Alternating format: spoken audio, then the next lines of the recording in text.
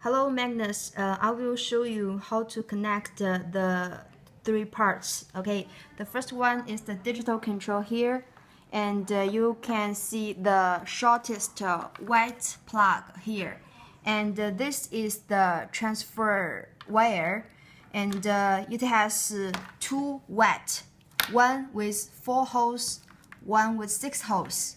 The 4 holes connect with the short wet in the digital control.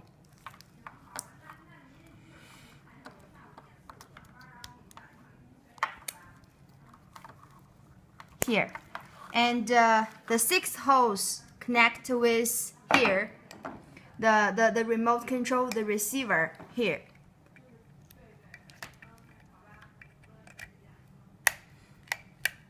And here we have 3 lines, and this part, the manual has 3 wires. You can stick to this, and how to connect, you can refer to here the different colors.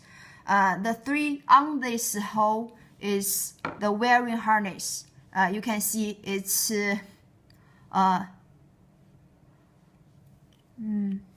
how to say, the red, yellow, and brown, and you need to connect the 3 other into the different holes according to the sign here, the brown, the blue, and the yellow into the correct holes. That's all.